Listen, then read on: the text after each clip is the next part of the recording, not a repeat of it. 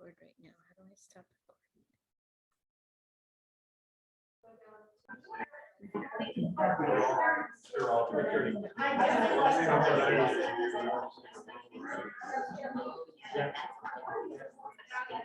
Thirty seconds, folks. 30 seconds.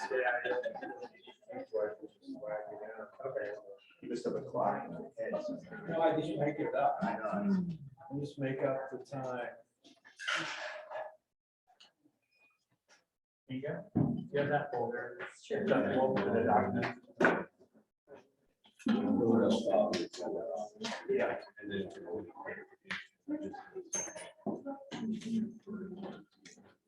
Yeah.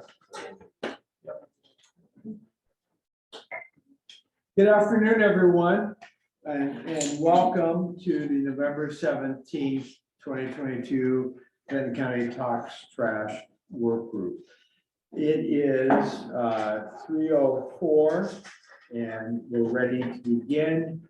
In the packets in front of you, you should be able to see the agenda and walk through that briefly. What we will do is approve the draft meeting 4 minutes, talk about the updated work plan. We'll have an abbreviated public comment period because from 5:30 to 7:30, we are having an open house. The bulk of the meeting is dealing with the 4 subcommittee reports, which will be member led, telling you what they've done, what they are about to do.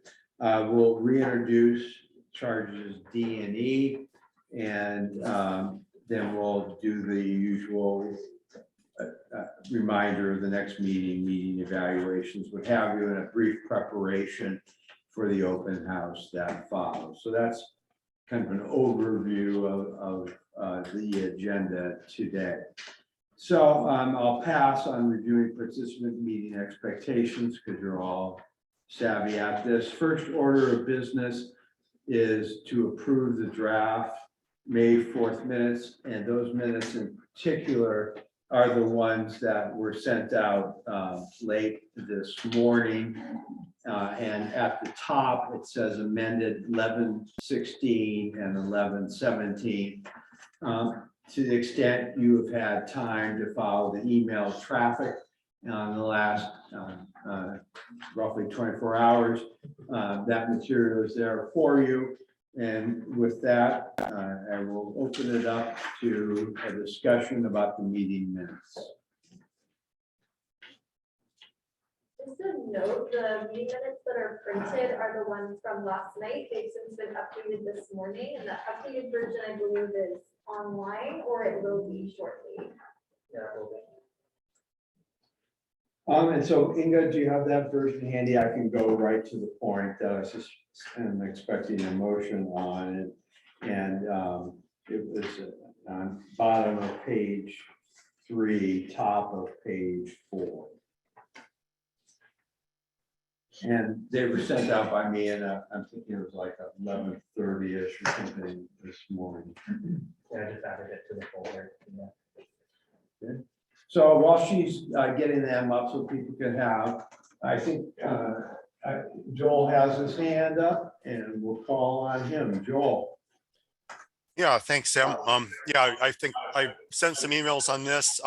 There were 2 citizen or community member comments that were rather poorly expressed, and Debbie Palmer said she had the second of these. She said she was happy with the revisions that you've made now in the later version you sent out.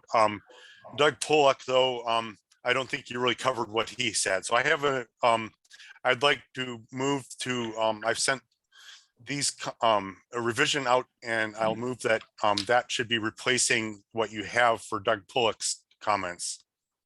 If you want, I can read that verbatim. Yeah, why don't you go ahead and read it verbatim? Okay, yeah, what the summary that I have here is Doug Pollock, neighbor of the landfill, engineer and parent, that's all the same as what you have, explained how he documented that inkjet cartridges being sent to the landfill from Hewlett Packard were leaking ink into the landfill as they were crushed by landfill equipment. In response, he helped develop a recyclable ink cartridge program, which processed 200 tons of cartridges in its first year, half of that weight being ink. He also discussed how Corvallis Public Schools have been resistant to recycling and continue to put hazardous materials such as fluorescent tubes and epoxy into bins that go to the landfill. Essentially, there is no audit of what is going into the landfill. He also emphasized that these consensus processes are hard for the real public to get involved with and be heard. He said that these processes tend to favor process insiders more than the public. Any discussion from the work group on the motion to substitute what Joel just read for the language that appears on bottom of page 3 and top of page 4? Yes, sir. If I read Nancy Wise's comments, we need to do this formally so that the second to get the motion Yep. to discussion, so I'll second that. Okay, And the comment I have is considering an alternative, it's mentioned that we can do exact transcripts. It's not done normally, but that's possible. If instead of everybody interpreting what we heard or the notes we have, possibly we could just incorporate the transcript from that day as the testimony of Mr. Palmer. And then it would be unambiguous what was said. There's no interpretation, there's no filtering. Maybe that's the best way to get public input on a sensitive topic. Clearly, it's a sensitive topic. Just an alternative. further discussion, suggestions? So let's take the issues one at a time. The current motion, which is to substitute what Joel read, and he has sent out an email, and I'm making this up, like 12:30 or 1-ish sometime this afternoon.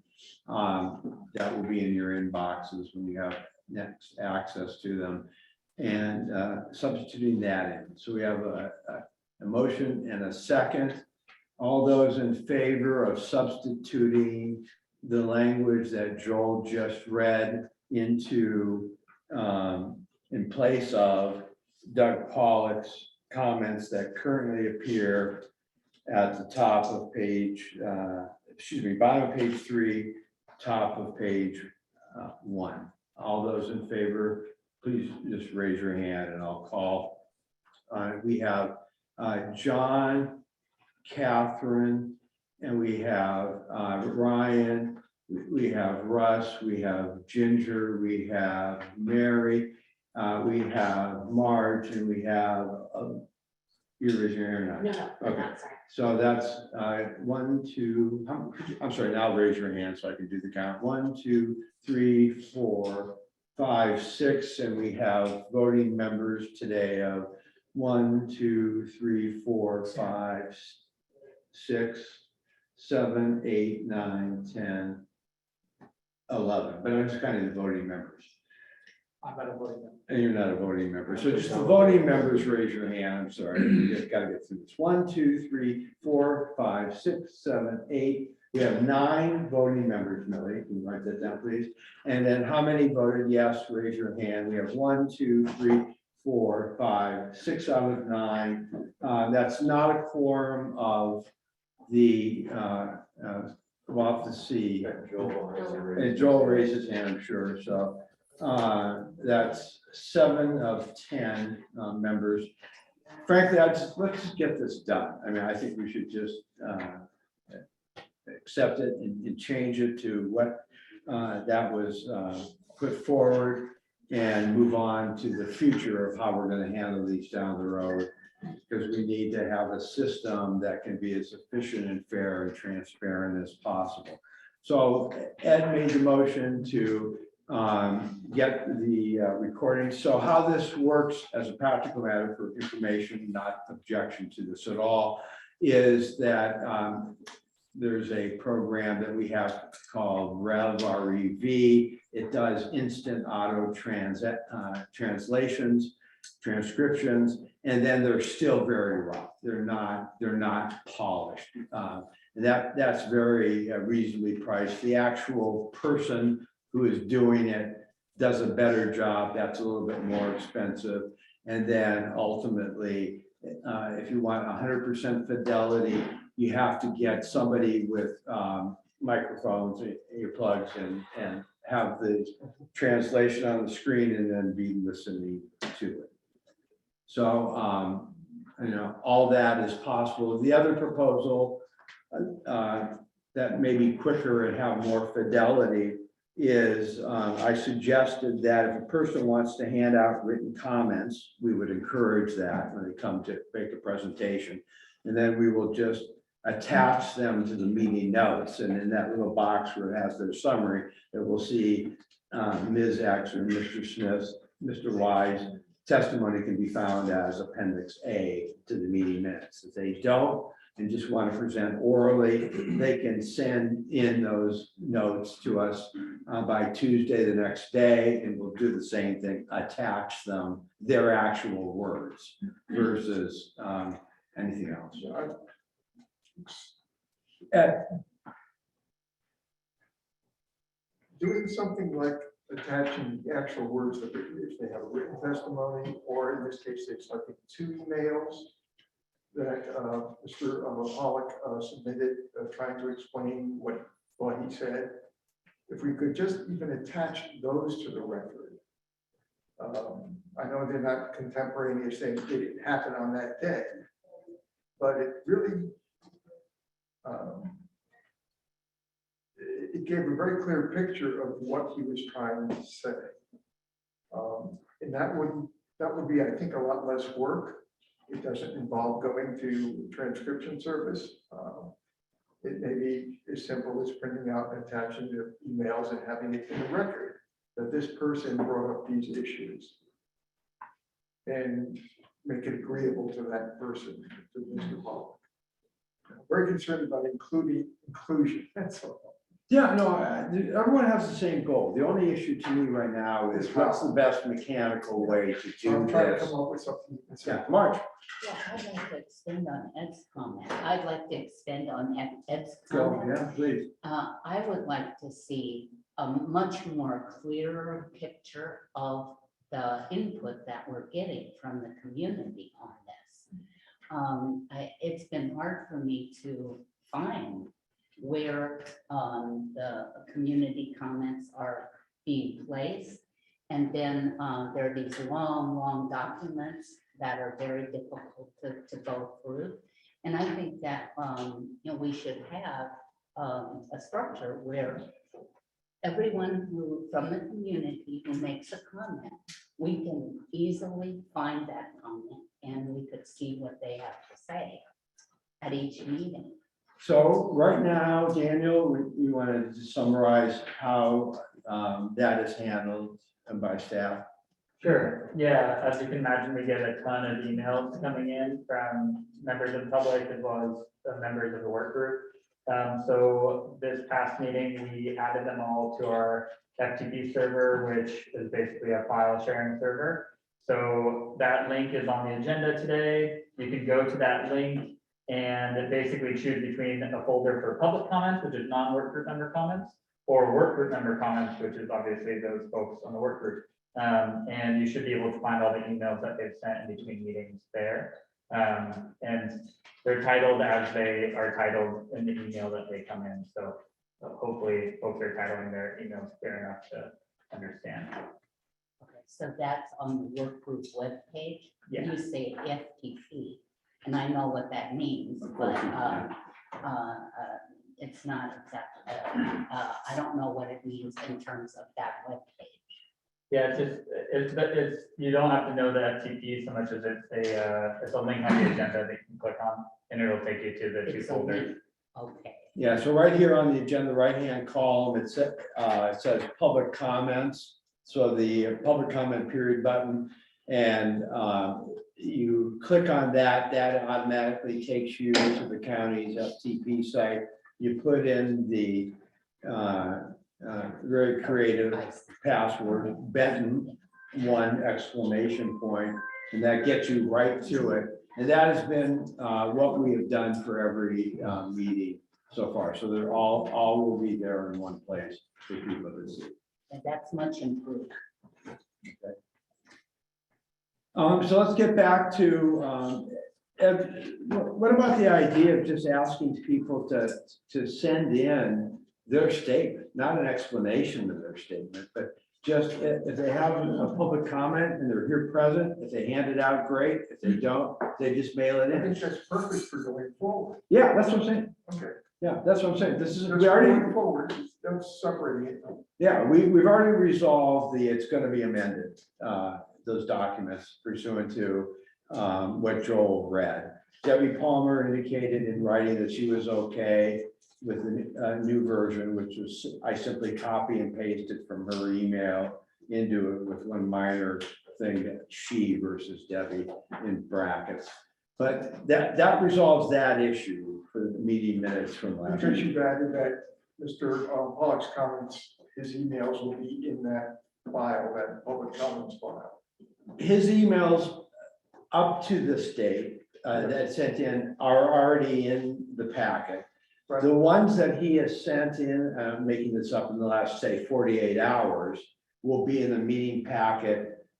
That this public comment It's gonna be link in it, that's good, that's. at the FTP site, it's going to be in there as we've been doing from the jump. Just wanted to get that reassurance, thank you. No problem. And so then going forward, members of the public, you're encouraged, as you saw in the chairs, well, you're not on the emails, but in the chair's comments, that the way they do it is ask people to write things up, and then they attach them literally to the meeting minutes, so there's no back and forth of the right words and the nuances, what have you. And then you have time afterwards to send them in and write, so that there's no ambiguity that they're the person's own words.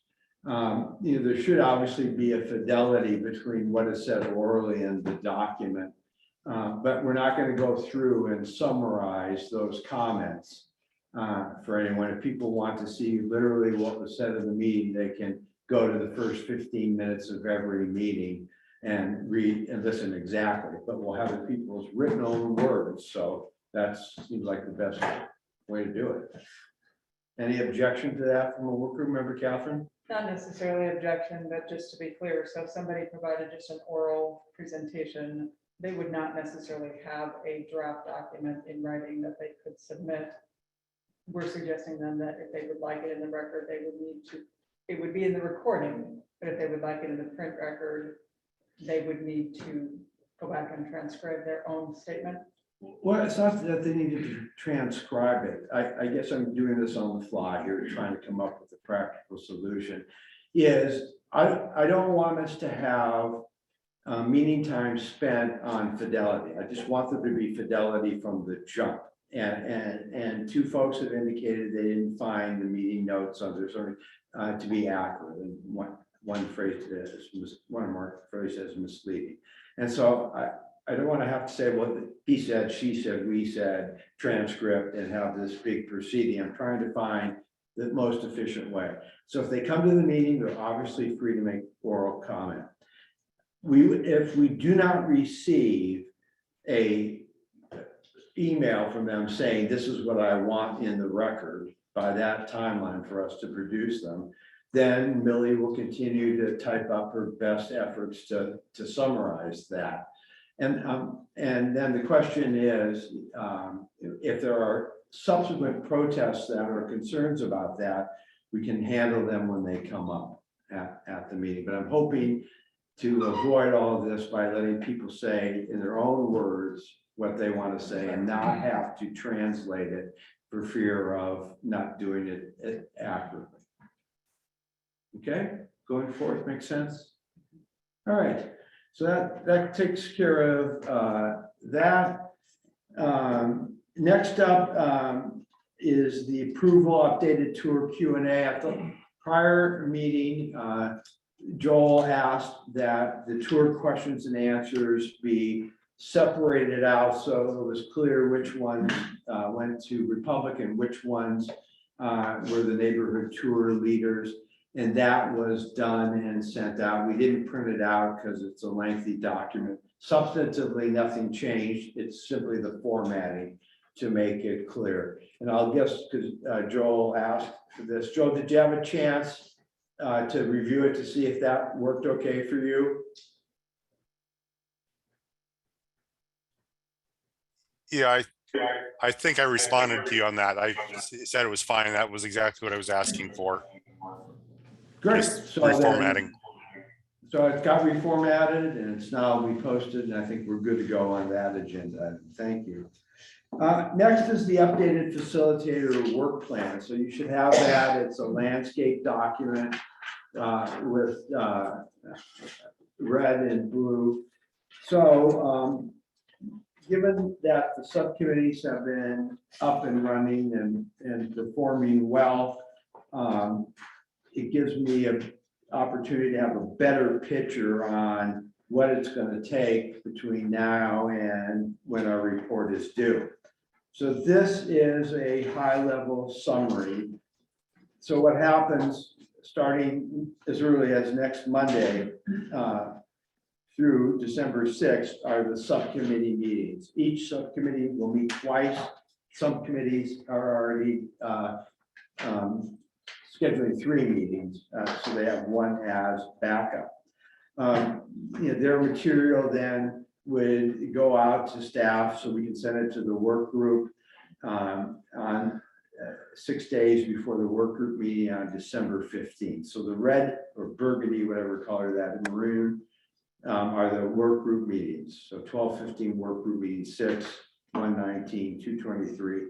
I have added a 316 meeting to make sure there is sufficient time to go through the vetting of the work group's report.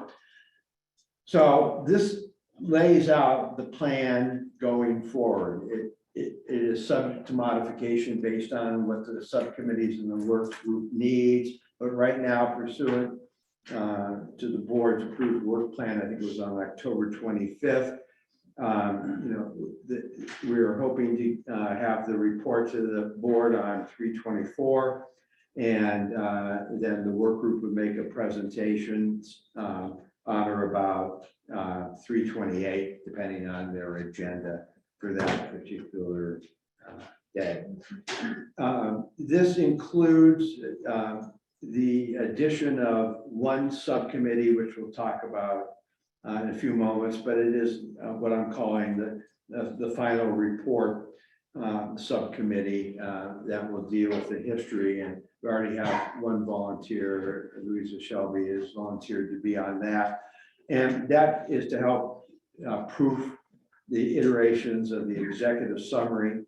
But basically, the report is going to be the subcommittee reports, just simply reformatted for style formatting, not for substance. There's going to be no work in there. So it'd be putting together a executive summary with connective tissue.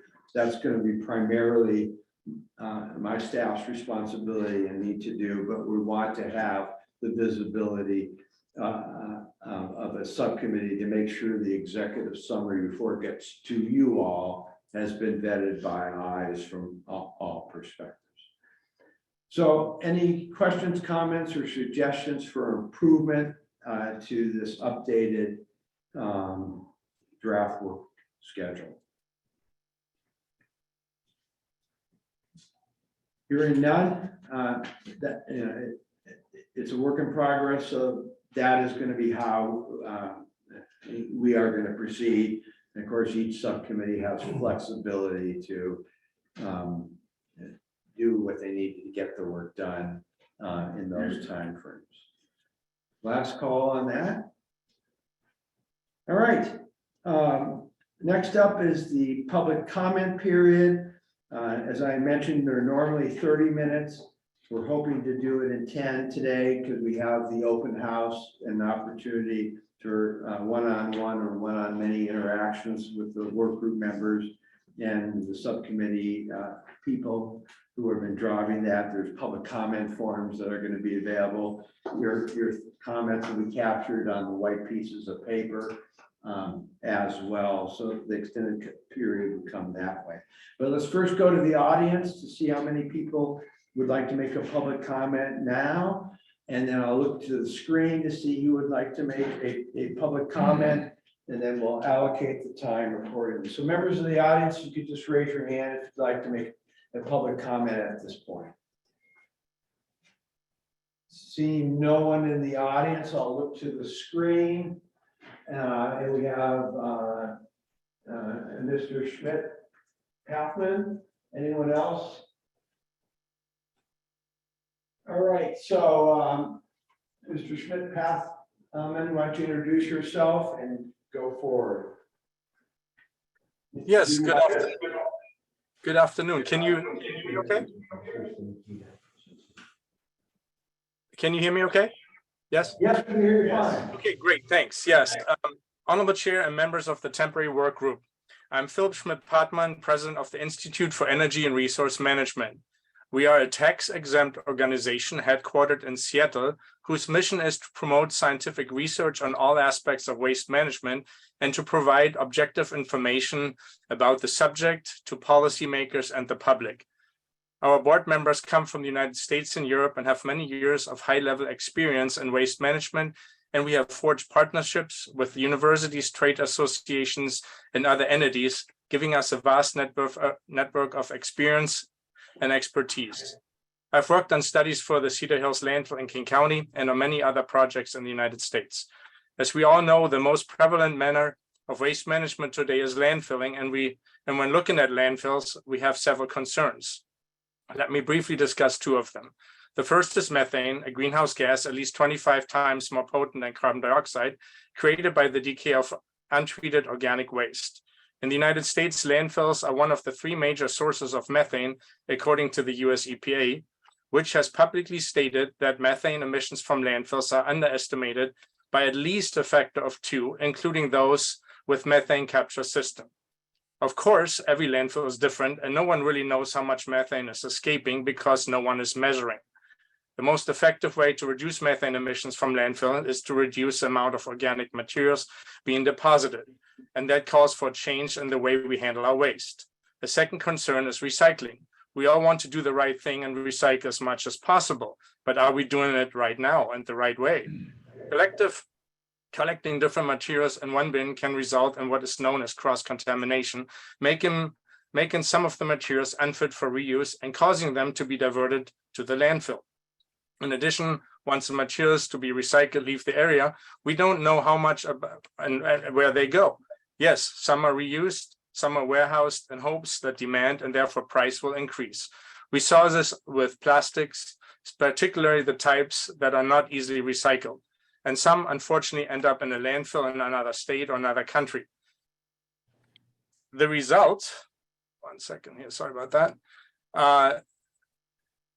Another country, and unfortunately end up in, the result is that we really don't know what our true recycling rate is, which makes planning for improvement very difficult.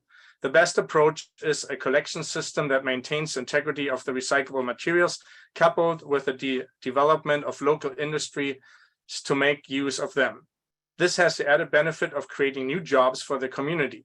Our team has helped to develop a system and facilities where smart collection results in high quality materials and a verified recycling rate of 60 to 70%.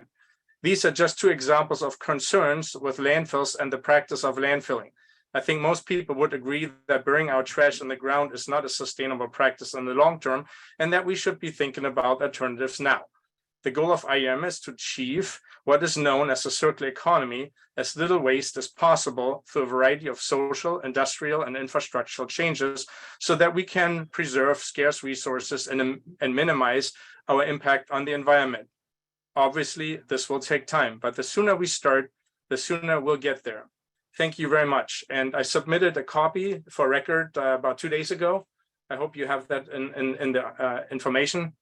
And I appreciate if you have any questions, please let me know. Thank you. Thank you so much. Next up is Debbie Palmer. Hi, can you hear me? Yep. Okay, I won't bother with my camera and I'll be very quick. I actually just wanted to jump in quickly to point out that the link on the BCTT webpage that Daniel Reddick was talking about, the one to the FTP site, it's only good for 1 month. It's temporary. If you see on there, it says it's only good for a month. So that doesn't sound like a public record to me if it goes away. I do, however, agree with what you said, Sam, about how there should be fidelity between what's said orally and what is written. And I think your new solution is a decent one. So thank you for that. And lastly, Skip Rochefort of OSU, a professor, sent in a video comment because he wasn't able to attend. And I was hoping someone could please present that to the group. And that's We're gonna do that next, Debbie, after you. okay. Okay, Yeah, perfect. you- Thanks. Thank you very much. And I don't need to submit what I just said in writing. I just wanted to let the group know about that FTP site. We had that experience with the FTP site back during the first application for expansion, and that all this information at the FTP site would go away after a month and they would have to reload it. So it just sounds like an unstable thing. So having a better record is a better idea. I just want people to know about that. Anyway, I'm done. Thanks. No problem, thank you. So Daniel, what is the deal on that? Is it just a matter of recreating the password every month or something, or how does it work? Yeah, basically we have to just set up a link each month. There's a month timeline on it. There are still publicly available records that are stored with the county. So there's not public records issues with it, but the availability has to be reset monthly.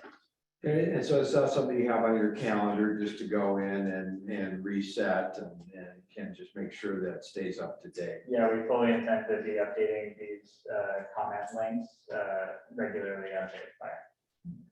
Okay. And then the professors, we got an email from him too. And do you want to set the stage for this, or is it self-explanatory? I don't know. I haven't reviewed the comment. Okay, so this is a professor from Oregon State, and you'll see his handout, but he's out of the country, I think, at least out of the state, and wanted this recording for us. So here this is.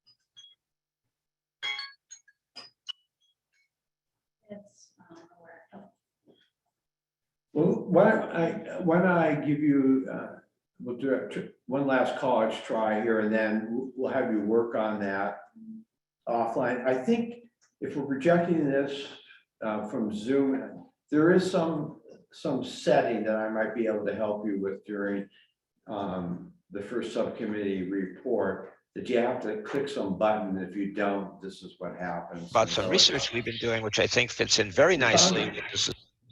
Hello, my name is Skip Rochefort, and I'm a faculty member in the School of Chemical, Biological, and Environmental Engineering at Oregon State University. And today I'd like to talk to you about some research we've been doing, which I think fits in very nicely with the sustainable materials plan that you have been working on for Benton County. So let me get started with this. I'd like to share a PowerPoint presentation that I've done with my students that kind of talks through the process that we've been trying to work on for the last 4 or 5 years. So here we go. And so there's my contact information if you need it, all right? And the process is to take waste plastics and convert them into a diesel fuel locally in a single step using only heat. And I'm going to show you how we do that. I have a very good team. There's our team down the bottom there. you know the worldwide problem. Okay, we have plastics everywhere, and so that's the issue. Locally, we have needs also. So we want to work with farms and islands and rural communities, or even communities like Corvallis that have plastic waste issues, and to help convert those into that diesel fuel. So we've been working with Agriplas, and there's my students up at Agriplas. We like to focus on the polyethylenes and the polypropylenes because those give us the best results. Here's what they look like, and there's a lot of them, right? They're the largest group of commercial plastics that are used. So what is pyrolysis? That's the project. That's the project that we've been working on. So pyrolysis is basically taking this very large plastic material, okay, which is a very large molecule, and converting it to a smaller molecule like diesel, which has between 8 and 28 carbon units in the absence of oxygen. This isn't combustion, it's pyrolysis. What we do is we break the molecule apart, which allows us to have to end up with a fuel product. Okay, and there's a lot of different ways to do this, but what we've chosen to do is we take that ground up plastic, stick it in our reactor, and make a diesel fuel in a single step. And we think that's a really efficient and locally and a very community-based type of operation. Here's our reactor. So it's a kiln-based reactor. We have a stainless steel tube here. There's a schematic. We load the plastic in the bottom of the reactor. We heat the reactor outside. So here's our kiln, just like a normal kiln. We heat the air to about 550 degrees C. This is just plugged into 120 volts, so you could stick it in your garage if you wanted to. We heat it up and don't do anything else, and the gases come off here. We condense them, and then out of this port right here comes the diesel fuel. So we've been trying to show some circularity on the OSU campus. So here's, we have a lot of cups from Dutch Bros. Okay, we take those cups, we grind them up, we turn them into diesel fuel. We take 3D printer spools, we grind them up, we turn them into diesel fuel. Remember, this is all done in a single step, same thing for food trays, okay? And all we do is add heat, basically, and that's what we get. We get a diesel product that you could put in your tractor or your boat or even any kind of engines you might have on site. These are some of our collaborators that we work with, okay? Here's my group up at Agriplas. I want to give some special thanks to Helen Liu for sponsoring our work, okay? And now, just to finish off here, I'd like to just say that this was obviously a very quick 3-minute presentation. Love to be able to talk to the group about the ability to do this in Corvallis, and I think it is really something we could do locally. Maybe even put something up at Republic Services if they're willing to site it over there. So, love to talk with you more about this, and thank you for your time.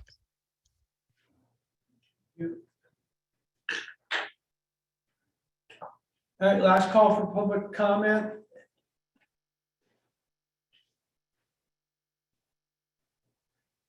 Great, thank you. So next up are the subcommittee reports, and we'll start off with landfill capacity, then past CUP conditions, then legal issues, and then the sustainable materials management plan. And just for context, these are the normal reports that we will be doing at these work group meetings to keep the full work group apprised of what the subcommittees are doing in between the two work group meetings. These same and similar presentations with an opportunity for public comment and interaction will be done at the open house. There'll be, as you'll see around the room, we'll move these tables to make them more accessible, but there will be a station for each of these 4 subcommittee reports where you can interact with members of the public, and the public can interact with members of the work group. So first up, I think it's Paul Neufeld and Paul, maybe if you can sit next to Ginger there so the owl can hear you. And then we've got the representative from Republic, Bill Brauman is, they're doing a tag team, are you, gentlemen? Yes, that's the intent. All right, take it away, Paul. So I'm Paul Neufeld, private citizen, volunteer. I live in the area of the landfill. I'm also a customer of Republic Services and a kind of small scale investor as well. So kind of multifaceted relationship with Republic. I first presented to the state group on September 15th, so you guys might remember that. Bill Broman, I'm our Northwest engineering manager. I work with Ian McNabb. I am relatively new to the subcommittee. And I've been with Republic Services just under 11 years. And I started at Cotton View back in 2012. That's a little bit of my history. Thank you. So Daniel, if you could just scroll up to the member list there. I was just going to make a point about that. Yeah, thank you. So the subcommittee A1 that deals with basically the capacity, the size of the landfill and projections for future landfill life is comprised of the members that you see up there. We've got 3 folks from Republic Services, 3 folks from SWAC, a couple of governmental representatives from Marion County and Lynn, and then of course there's staff member and facilitator and myself, really kind of the only private volunteer on this subcommittee. Just to recap quickly, what we've done up to the last meeting was basically start to work on documenting the size of the landfill, which includes both the area, the footprint of the landfill, if you will, as well as the capacity of the landfill. And the intake tonnage, a little bit of a brief history. We're not going through exhaustive history. This is fairly brief, oriented to the operational landfill. Basically, the intake tonnage plot, again, you might remember I did a first snapshot of that 2 months ago, literally. And so we're in the process of updating that. And we're also working on plots that will show capacity over time. So just some very high level assessment of the history of the landfill and a snapshot of where we're at. The most recent meeting started off with Republic, Bill himself actually giving us a presentation on some critical aspects of their operation, what's important, how they do things. So, okay. Yeah, I will. Thank you. Yeah, the intent, and we had briefly teed it up in the prior meeting, was to give our subcommittee an understanding of what we do, kind of a course of an annual process, and how we evaluate the landfill and its capacity on an annual basis. We start with the survey. It's an aerial survey to create a surface. And I guess I want to make a clarification here. We submit annual tonnage reports to Benton County for a calendar year. What we use internally is based on the dates by which we fly our aerial survey. And then we record the tonnage through our scale computer system that we use the same process in reporting our tons to Benton County. However, it may bridge more than a calendar year, it may bridge less than a calendar year. It just depends on when we have weather and we can fly. So based on that tonnage of what has come across and gone into the landfill and the difference in the prior year surface, we can generate a density and the amount of airspace that has been consumed. And so for those, just when we speak of airspace, think of a trash can, and the trash can is half full. That's the amount of waste that's in the landfill today. The difference from the top of the trash can to the top of the waste in the waste bin is airspace. And so that's the amount that we have permitted through Oregon DEQ to occupy in that hill. So it's not a function of tonnage, it's a function of airspace, but tonnage comes into play when we're talking about density. How dense can that waste be compacted? So we talked through that a little bit. Once we have those calculations completed, we start working on what we call our fill planning. Where do we intend on filling at the landfill? We look at not just a 1-year window, but in that regard, we really look at a 5-year window. And then we prepare for a planning meeting that involves many other parties in our company, a lot of our business counterparts, and the operation leaders at the landfill. We need to ensure that we're all on the same sheet of music when it comes to, any new developments having to do with upcoming cell construction or landfill gas construction or anything that has to do with leachate or stormwater infrastructure. Our group, Ian and I, are essentially fully responsible for the capital infrastructure and constructing the landfill and ensuring that we have some place to put the waste, a lined cell. So that is our responsibility on an annual basis. It's our responsibility to ensure we're communicating that to others in the company. So we all understand what's expected to come in the gate. Now, tonnage projections, we got into that a little bit. Tonnage projections comes from the business side of the business. I hate to use that term twice there, but it's communication that they are getting from some of our franchisees or counties. Brian May spoke up at our meeting from Marion County and gave a very good example of fluctuations that could occur as it relates to tonnage based on impacts to their system and their burner up there. And so following that planning meeting and updating everyone, Ian and I enter our budget season. And that is really, we have a very complex model that is structured so that we know exactly what we need to build the landfill until it is full. And then we have another section on exactly what we need to execute on to cap the landfill, which is required for our approved design. And then per regulation, we need to, at a minimum, monitor that site for 30 years. So we have what we call a post-closure period. And so we have modeled all of that out. And so we revisit that model on an annual basis to refine it because regulations change, tonnage projections change. There's a lot of moving factors. Density changes.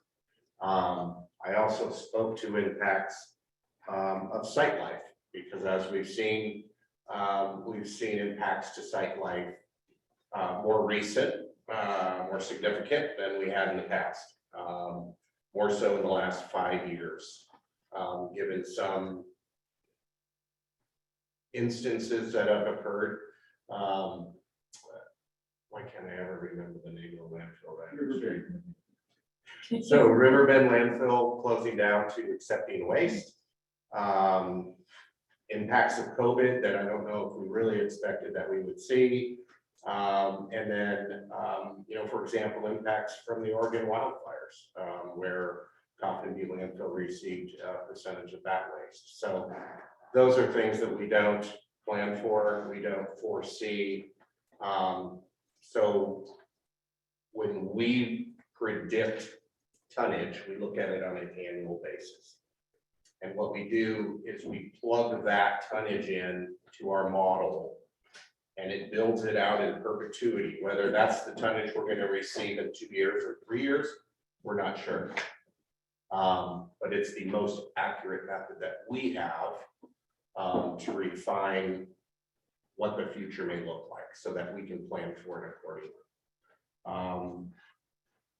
Probably give it time to hand it back to you, Paul. All right, thank you. So in terms of planning accordingly, again, at a high level, our subcommittee is essentially gotten to the point where we've documented the past in terms of intake and capacity.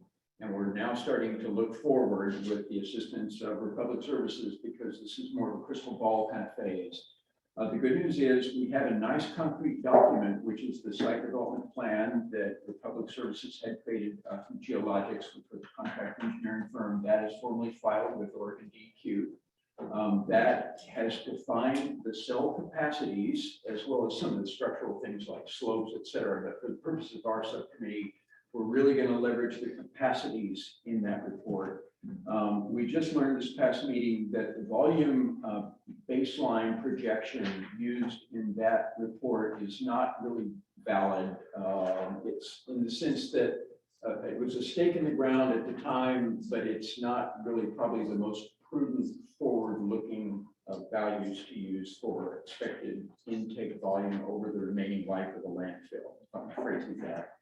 Or you mean the tonnage you referenced? Yeah, the intake tonnage is really the figure of merit here, as well as density. So we are right on the cusp of beginning to project forward. I think we're going to do this in this two-step process where we try to drive a stake in the ground. Where will the landfill be at the end of this calendar year? So hopefully we can get that pretty accurately. And then we will move forward with probably a small suite of projections based on different assumptions for density to some degree and intake volume per year will really be the variable that's going to be taking the crystal ball out and trying to project that forward. That's the state we're at. The final thing we're addressing and beginning to address now is what I call the quarry problem, which is the timing mismatch. It's kind of a sequencing problem. Republicans described this in the CP and even more recently, I think, just so everybody's clear, cell 5 is currently being filled. Because of the large increase in intake volume when Riverbend closed, it's being filled at a faster pace than was anticipated. And cell 6, the quarry, is not yet fully extracted. And so there's a real mismatch there in terms of timing. And we are just starting to explore the options that might be available for dealing with that kind of short-term conflict in order for Republic to be able to realize the full permitted space of the landfill for the remaining life. Does that sound fair? So that's where we're at. Any questions? John, well, Paul, just go ahead and call on the members you see him right here. Right up front. Yeah, Yes. thank you very much for, that's a really great explanation. I've been on the periphery in landfill work a long time, and I don't fully always understand the details. But can you tell us how the processes you're following are match up with the standards of the industry across the country? So there's federal standards and then there's individual state standards at the Department of Environmental Quality Issues. And they are typically more stringent than your federal standards. And so those are the standards we are held by. So not only do we have a site development plan, which is a pretty high level type of document looking at the entire facility.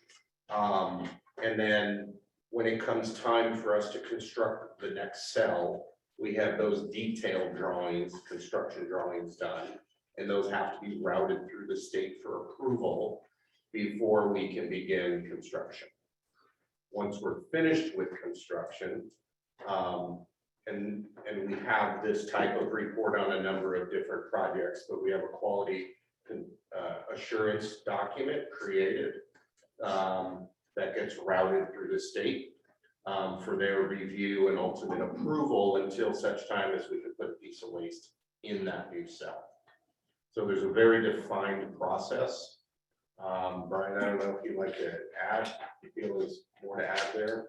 No, I think the site development plan is kind of a high level conceptual type plan, and then as individual cells get built and filled, that's where the more detail is. And so, as far as what is the end of life, is it March 14th, 2060? I don't think you're going to get that specificity. I think it's going to be more of a range. And I think as that last cell is built and fills, that's when you really get a tighter date window as to when it's built. But I will inject a comment here, which is I think the good news is what I'm hearing as just sort of an outsider to this industry is that site development plan is a trusted source for referencing the expected volume of the cells yet to be filled. And so that really does help describe and constrain the problem. I think that'll be a big use as we try to project forward. Yeah, and I work across 7 states, and so there's 7 different bodies of regulation that I engage with and interact with. And other states have very similar requirements. They may not be called a site development plan. However, every state does have the requirement for an engineering document that has to be carefully reviewed and approved prior to us constructing anything. Last call for questions or suggestions or comments from members of the work group. And again, you'll have time during the open house too. It's for everyone, not just public, but everyone. Thank you, gentlemen, Okay, very thank much. you. Next up is the past CUP conditions and the subcommittee on that. Yes, Darren? So Sam, it's a little bit difficult to hear back here in the back room, so I just ask for it to speak up if you will. Also, there's no way that we can see what's on the screen. Do you want to pass out the handouts for the audience now, or do you want to? Might as well, yeah, if they're at the table. I think it's the table behind you, or you have them there? Yeah, I think I got it. Okay. Yep. So go ahead. So we'll try to speak up. So who's up next? We're on A2. We're on CUP conditions, yep. Okay. Ed. My name is Ed Patera, and I'm this meeting spokesman for the A2 past cup conditions subcommittee. And that includes Catherine Briscoe, Mark Yeager, Jeff Condit, and Inga Williams. And as with all of them, Sam is facilitated. We've met 3 times since the last full work group. You can see the highlights on that board, hopefully. Maybe because I see squinty eyes, I'll just read a little bit more of it, so I can, I won't do too detailed.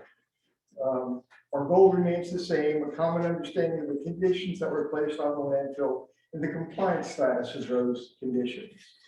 What we've done in our last 3 meetings is, well, we keep refining the document, how we're going to present this information, and how we're going to keep track of everybody's inputs. So we're looking for something that's inclusive, that we can track what people are thinking at a certain point in time.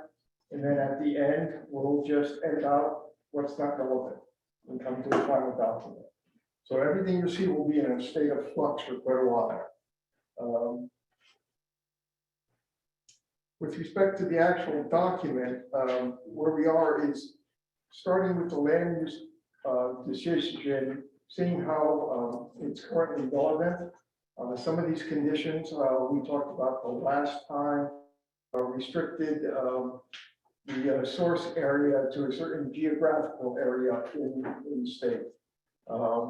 Those conditions placed 50 years ago may not be what's currently under contract or in some other agreement. So what we're doing is starting at the beginning and going through these 16, 17 documents and seeing what superseded what or what is still valid.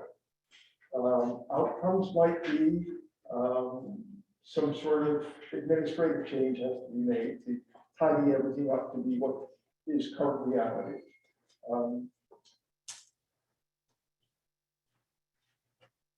Let me use an example here. If you go back 50 years, there's a land use decision that started Coffin View.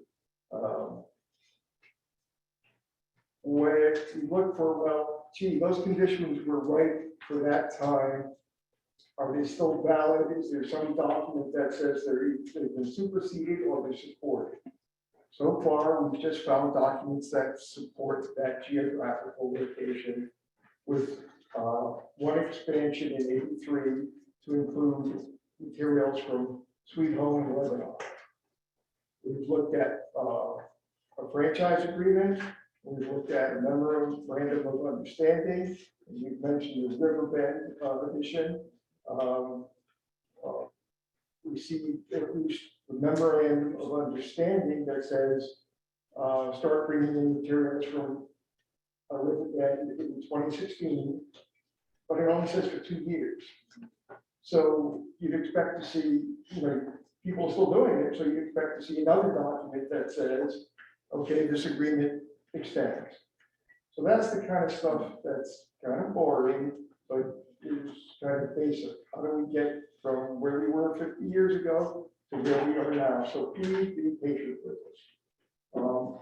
What really helps is having the electronic documents. So you saw a little bit of that earlier. We're hardly on the website. Thank you, County, and thank you, DEQ, for making things available electronically. Go crazy without that.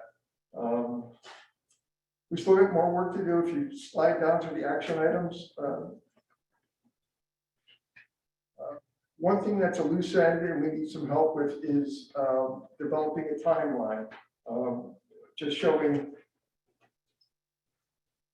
kind of like what happened when. We can write down the decisions were made for land use, but we don't know what the corresponding effect on volume was.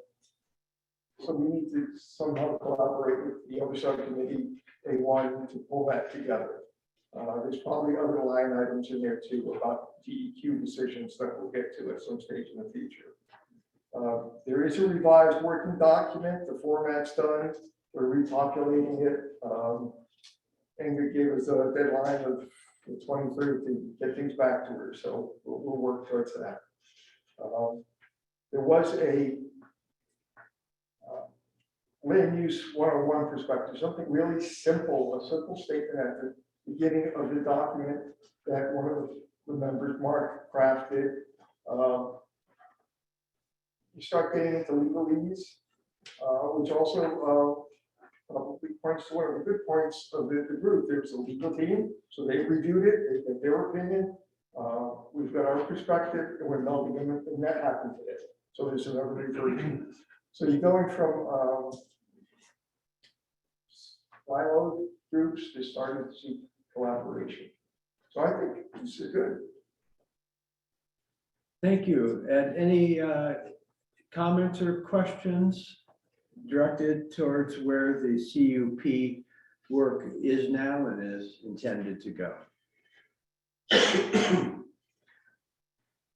So I think just to put a bow on that, I think there is a high likelihood that at the end of this process, there'll be, making this up, like a 60 or 70 page document in form of tables that will take you through from 50 years ago through the progression of all of these issues. And I want to underscore Ed's last comment about now these various subcommittees are seeing, as we all knew they would, the intersection between their various works, starting to collaborate cross subcommittee to create a product. And that will line up with that work plan that I showed you after I extended it by one more meeting to create more time for the subcommittees to piece together, which is going to be valuable, how these intersect and overlap and where the consistencies are and where the inconsistencies are, and they're on track to do that. Yes, someone on screen. Joel. Yeah, Sam, I was wondering, these are like hugely complicated documents I see coming out of this group in particular, this subcommittee. When we come to the end and we're asked to vote on consensus or poll on consensus, how do you see that process happening? Are we going to go line by line through them, or are we going to vote on the whole thing, or what? So the actual voting protocol is going to be raised to the work group for your consideration. So we'll have the macro question. We're going to discuss and vote on how you want to vote on the final report. And traditionally, the major lifting for I dotting and T crossing is done by the subcommittees and worked out. So to the extent there's not a consensus, meaning everyone voting 1 or 2, it will clearly show what those voting 1 or 2 said and those voting 3 said. That will be captured. When it comes to the entire product, I suspect, meaning the final report, the first draft of the final report, we will go through them section by section. And traditionally, the question is something like, taken as a whole, does the CUP subcommittee's final draft report accurately reflect its work? And you'll vote 1 if you think it does, 2, that you generally support it, would like to suggest some amendments, and then 3, no, it doesn't, and then you would suggest amendments that if the work group or subcommittee agreed with, you would move your vote from a 3 to a 2.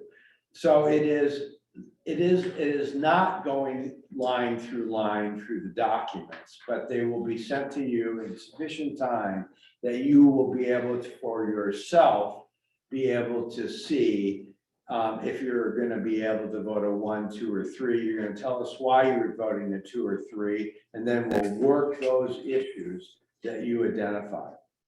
But because subcommittees are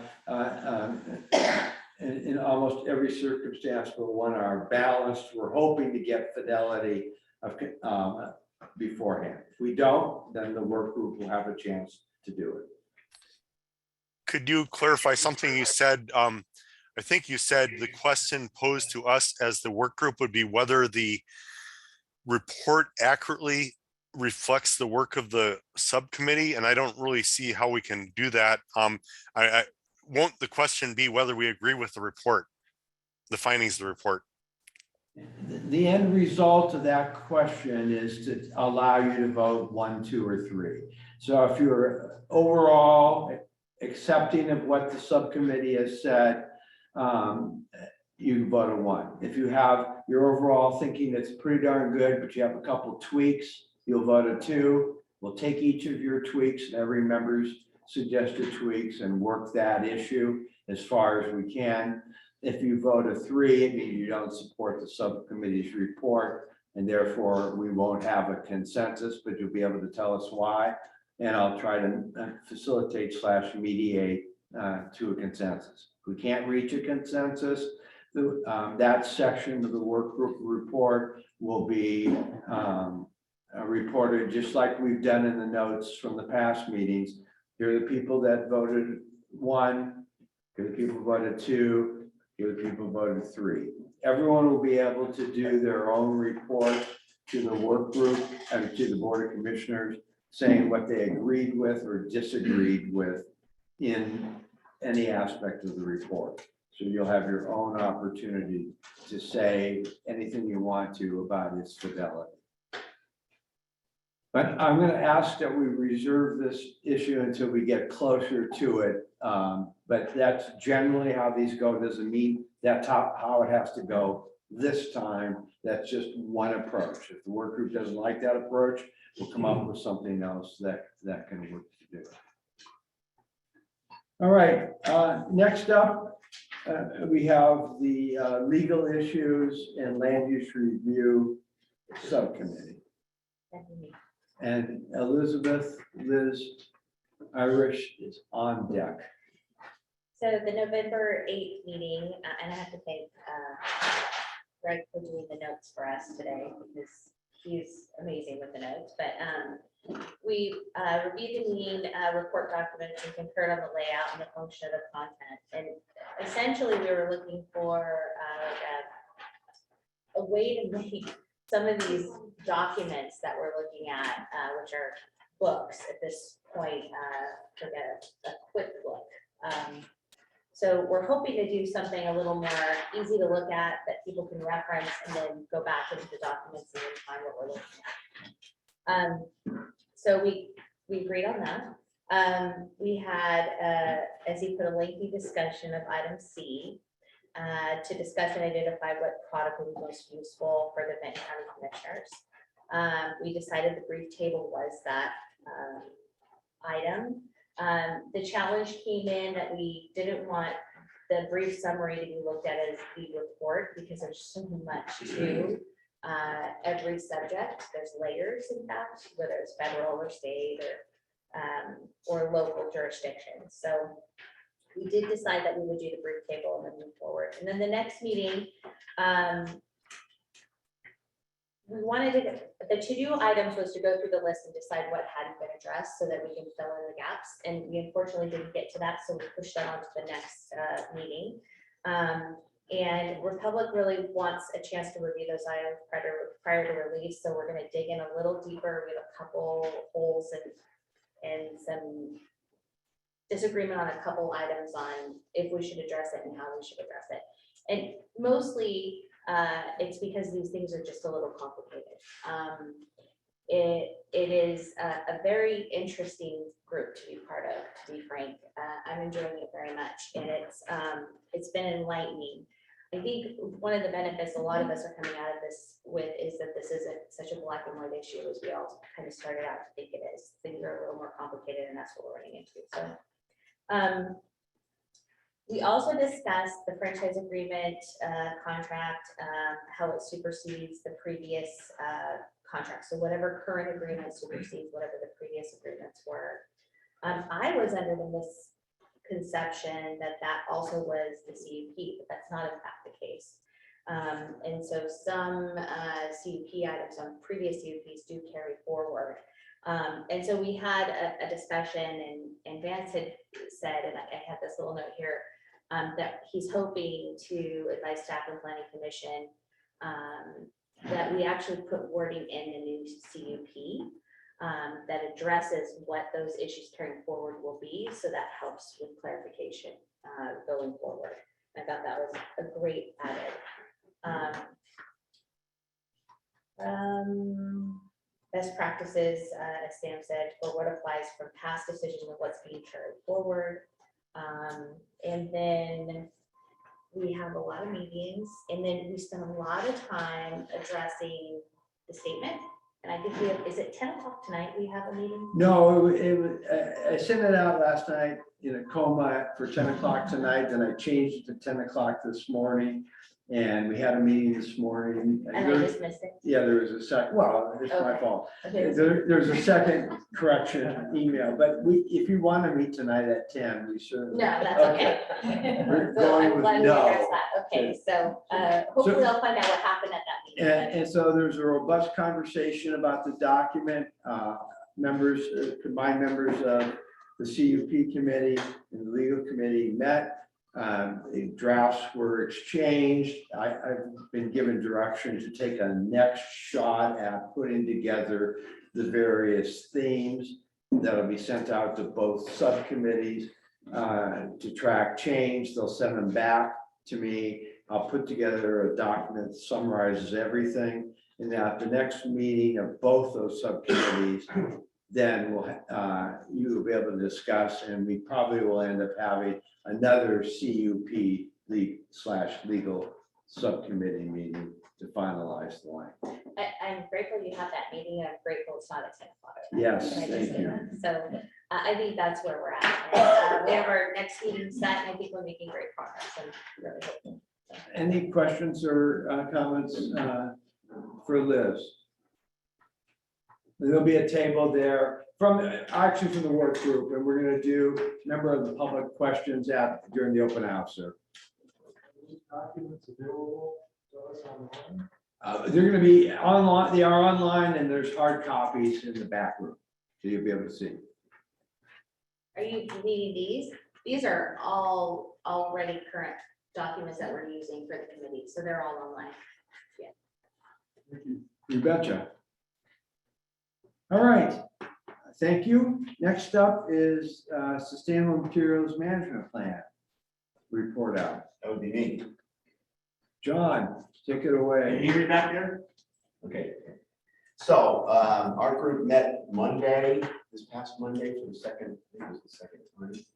And we have been digging into the table of contents mostly, and before I get to that, I just want to touch on a few of the charges, the parts of the charge that our group has. And that includes the major part is the contracting out of this study. It was processed to prepare a report to the county and developing an RFP for such.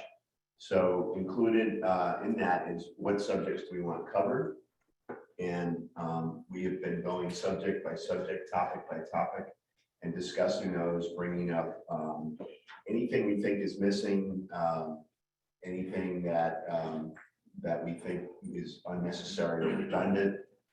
A couple of other things that we are still needing to get to is the work plan outline and timeline for completion, and so we'll be getting to that. It's always important to remember that what we are doing as a group is recommending to you all what should be included in this request for proposals for contracting out this development of this plan. It is not, we balance and we walk the line of really avoid talking about, what we think should happen, or we want to structure this so that contractors will understand what we're looking for. So then almost the whole committee was, actually, I think the whole committee was there. And so this is a draft recommendation, kind of a summary about where we're coming from, what values, what is our lead documents. And I want to reiterate those. So Benton County Sustainable Materials Management Plan should be developed within a sustainable materials management framework reflecting full life cycle impacts. The following information should be considered during the development of a sustainable materials management plan. A, the 2040 Thriving Communities Initiative values, right out of the 2040 Benton County vision. State and local goals relating to materials management and climate change. These might be perhaps on the state level, the Plastics Pollution and Recycling Modernization Act, as well as the Materials Management in Oregon 2020 Framework for Action. That framework was developed and updated in 2020 based on the previous 2050 vision. And I was looking at that today, and I wanted to just mention what that vision is. It is Oregonians in 2050 produce and use materials responsibly, conserving resources, protecting the environment, and living well. We, as an item C under our values, examples of values and goals expressed in state and local jurisdiction matters and other management plans. So basically, we have some models from elsewhere in the state we're looking at and we're keeping an eye on. And then looking at long-term strategies with short-term action items. There was a lot of discussion in our meeting about the value of both. While the group feels strongly that we need some quick wins, we need to show that this plan will have success. We also felt strongly that you really can't know what those things should be until you have a longer range vision. So we're recommending in this RFP that that plan include a longer range vision as well as shorter term objectives and goals. Just a couple of other highlights to consider that we want considered in the plan we're recommending to you all is really to focus on full life cycle impacts of materials. That includes the impact on our community, environmentally, socially, and economically, and beyond our community. Let's see.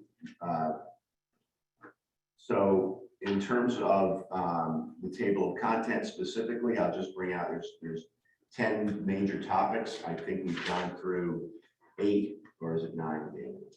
I think 9, but yeah. So we're making good progress. And just some questions come up, and this is one that I think, we're going to make sure is included, the organics aspect of our materials, of our waste.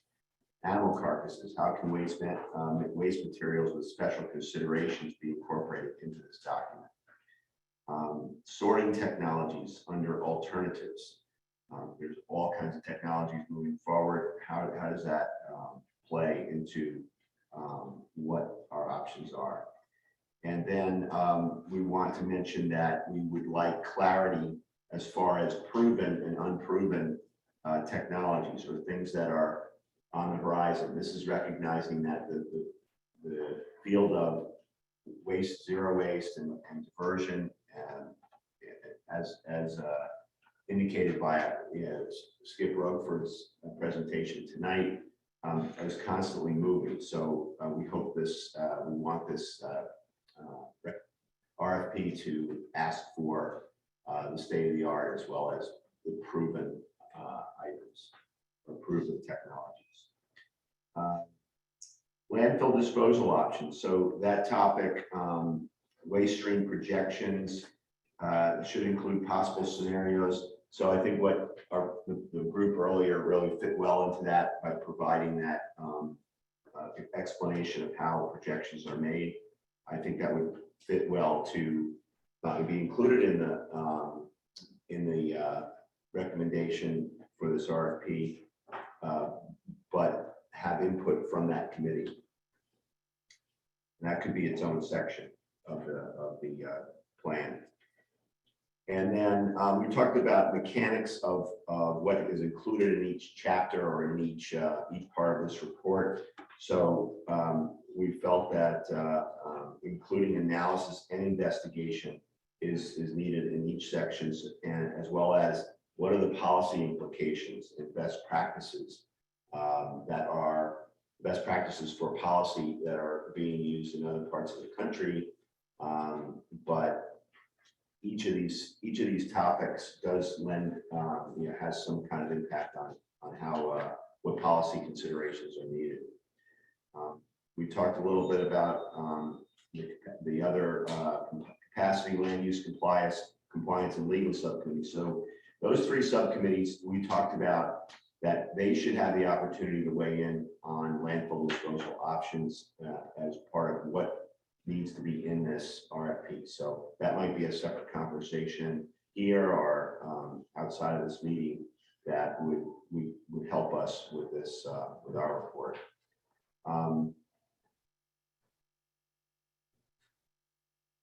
Let's see, we're trying to avoid where there's duplicative sections. So we're looking at where we can combine. There's a couple of examples of that.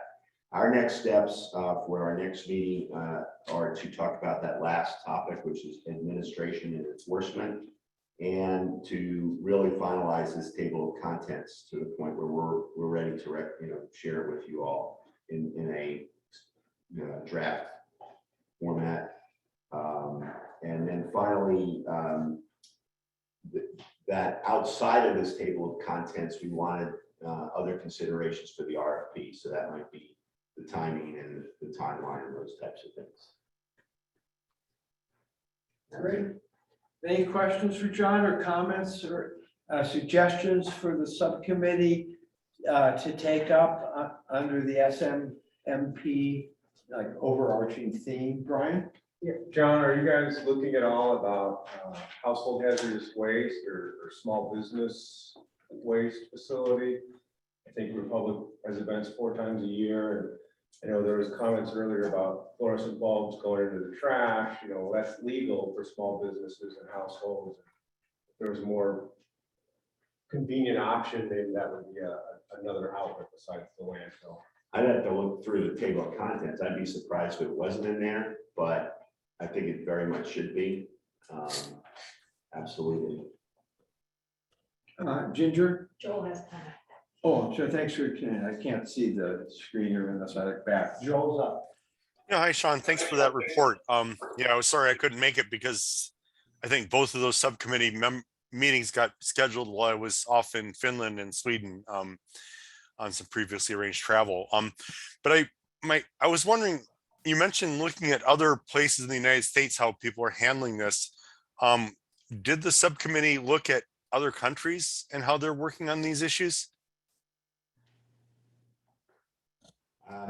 From my perspective, I don't think we touched on that too much, no. But from my experience, it would be worth doing.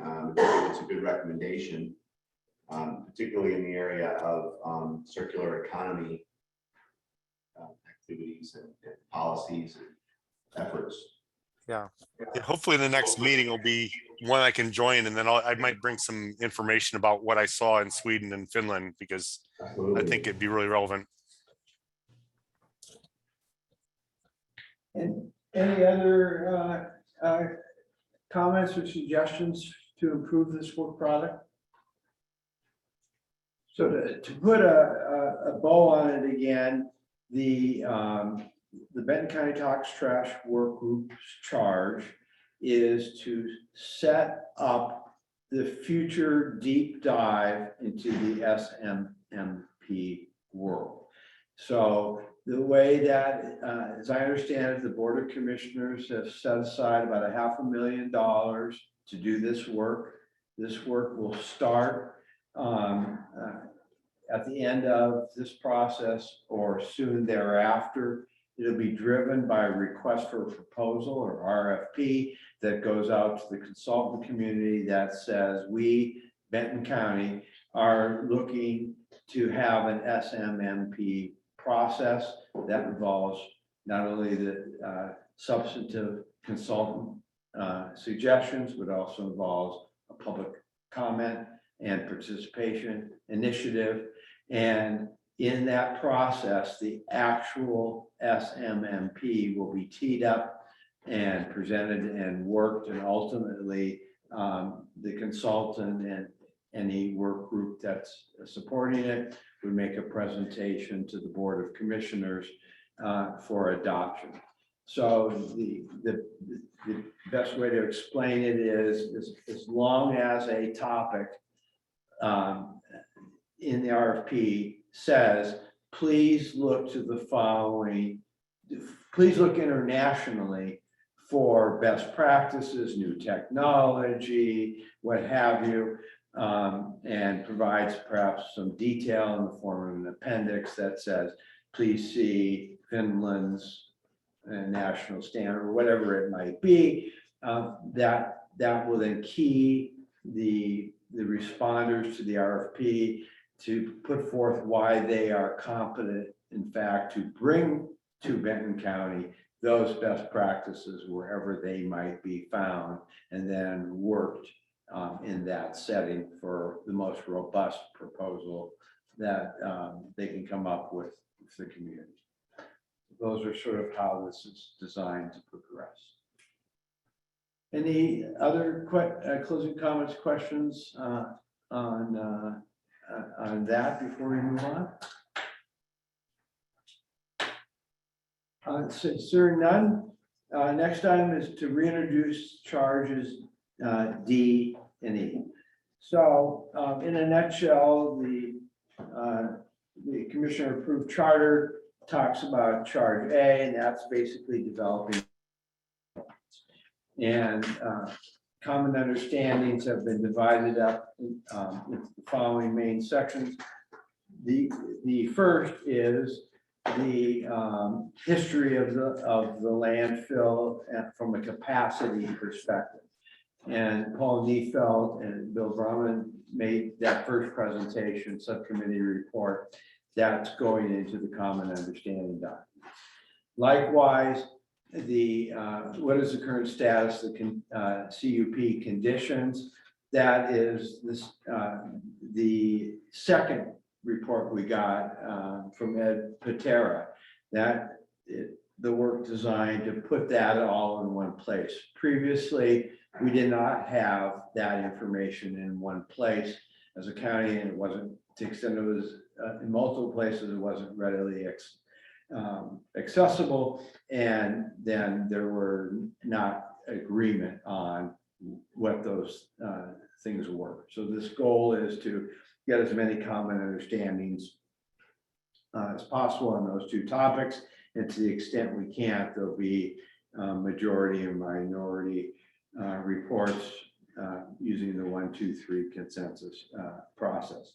There was also under common understandings, the various legal issues. So when I did my assessment, I heard confusion, different points of views, a desire to have the best statement of what the law is or isn't, so that folks can use it as a tool to the extent they want to use it as a tool by SWAC, by the Planning Commission, by the Board of Commissioners, by members of the public, to see where there is agreement on what the law is, and where there's disagreement, that will be noted, and where it's ambiguous or fuzzy or not clear, those statements will be placed out. Then charge Then we have the SMMP charge, but the two additional ones that we deferred till we got to this point in the process so that the other subcommittees would have a chance to do more work was charge D. And charge D were additional matters. And one of them is to, like we're scoping the steps for the SMMP. There's also going to be work on scoping the tasks to plan the next hauling reopener. So that hauling reopener was negotiated as part of the last agreement, and Corvallis and Republic are in negotiations surrounding that, or will be in negotiations surrounding that. It'll come back to Benton County to look at that. So just scoping the task, we have a clear path forward to do that.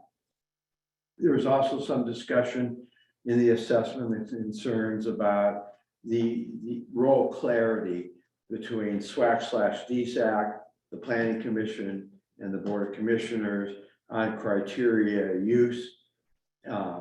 And there was a task surrounding, to the extent the commissioners wanted to make changes to the current codes, land use codes, development codes, what would be the timeline for them to process any recommendations that come out of the Benton County Tox Trash Workgroup report, be it by consensus or otherwise.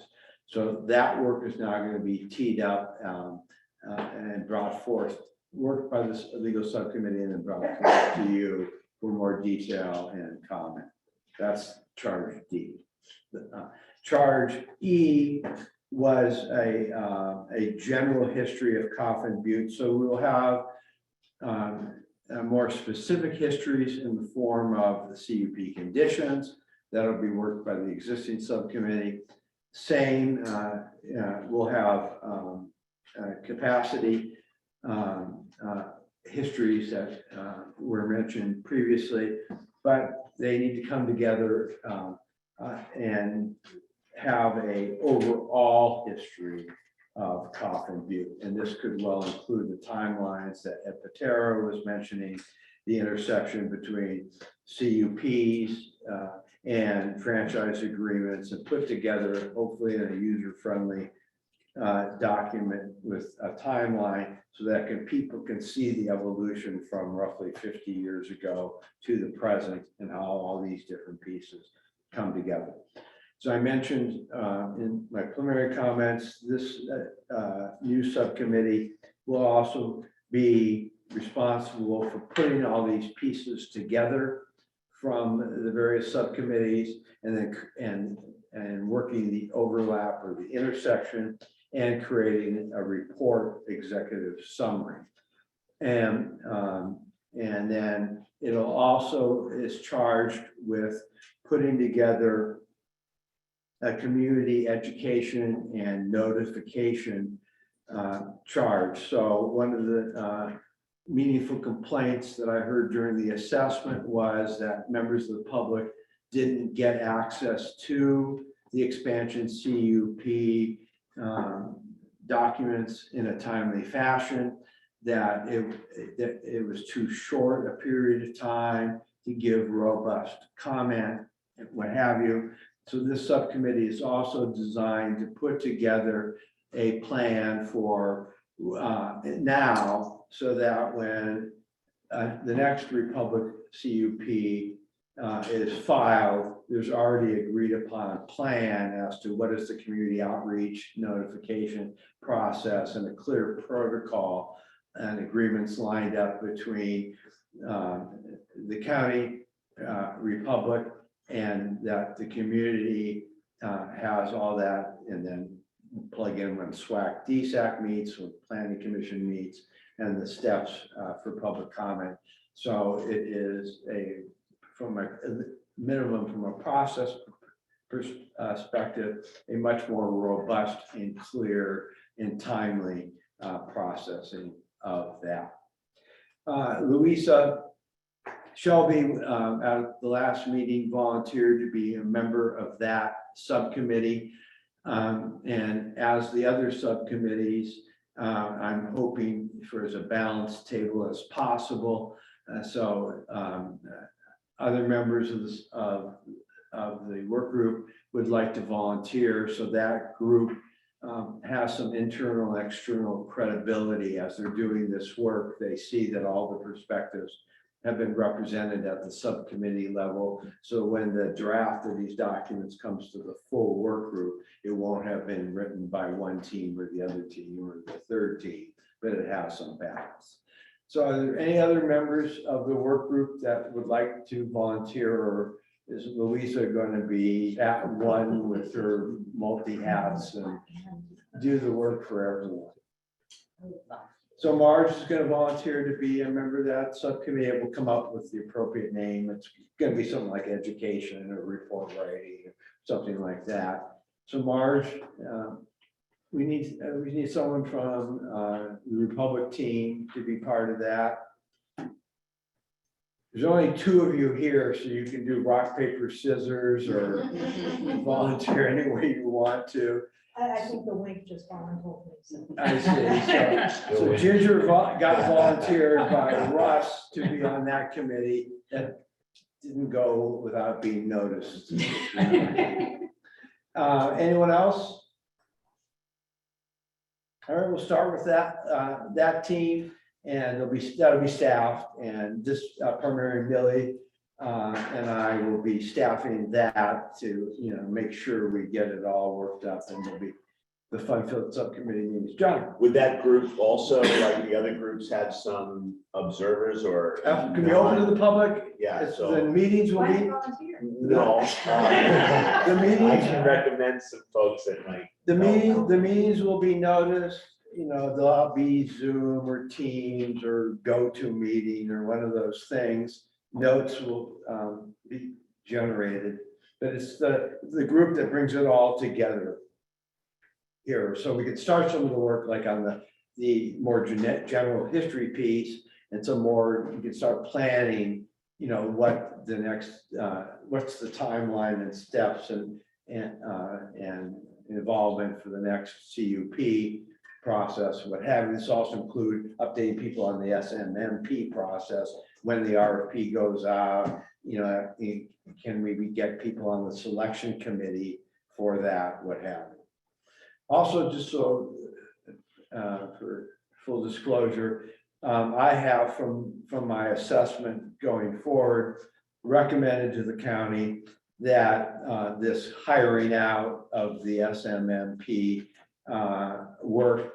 And I've also made the recommendation that for the next CUP, that the county hire a lawyer and independent CUP reviewer staff to review the next CUP. And Darren and I are going to be teeing that up again, maybe not at the next Board of Commissioners meeting, but soon thereafter, to get that thing going. So there'll be an RFP for the legal review of the next CUP to support the external CUP land use type people that would be doing that as well, to have that third party, if you will, look on that. So that's on the horizon as well. All right, that summarizes that. Let's move into the next steps here. The meeting evaluation for the meeting is the usual. If you can get that in by Monday at 5, there's a link there at your agenda, and there's one of those magic codes that you can scan your phone and doing it. The homework for the next meeting is going to be primarily doing the work of the subcommittee work. And so next up is the instructions for the open house. So members of the work group, thank you for volunteering to staff the various stations. Members of the public, there'll be 1, 2, or 3 members of the work group at each of the stations. Other work group members are going to be floating between the stations for their own knowledge, and also to meet you and hear your suggestions, comments, and questions. what we're gonna do here shortly is formally end this meeting.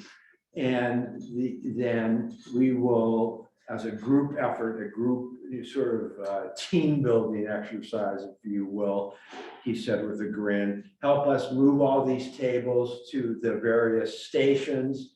They're each up on the wall. So up here is where the education and research committee is gonna meet. Over here, we have the SMMP station. This is the legal station. That is the capacity station. And that is, I can't read it from here. What does that one say? Past the end use decision stations. So we're gonna create some tables.